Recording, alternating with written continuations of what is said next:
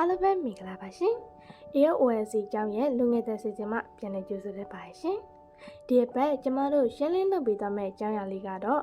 စာမှုဘက်ကကြောက်စရာလားဆိုတဲ့မိန့်ခွန်းနဲ့ပတ်သက်တဲ့အကြောင်းလေးတွေဖြစ်ပါရှင်။စာမှုဘက်ဆိုတာဘာလဲ။ စာဝဲဆိုတာဆုံးဖြတ်ချက်မဟုတ်ပါဘူးတိုးတက်မှုကိုစစ်စီရဲ့မှတ်တမ်းတစ်ခုပါပဲ ဒါဆိုဘာလို့ကျောင်းသူကျောင်းသားတွေကစာမှုဘက်ကိုကြောက်ကြတာလဲ သူတို့ကစာဝဲကြောက်ကြတာမဟုတ်ပါဘူးသူတို့ရဲ့အမှတ်တွေကိုကြည့်ပြီးတော့တခြားသူတွေကသူတို့ကိုနှိတ်ချမှာပဲကြောက်ကြတာပါ ။ဒါဆိုဒီပြဿနာတွေရဲ့အဓိကအရင်းမြစ်ကစာမှုဘက်ပေါ့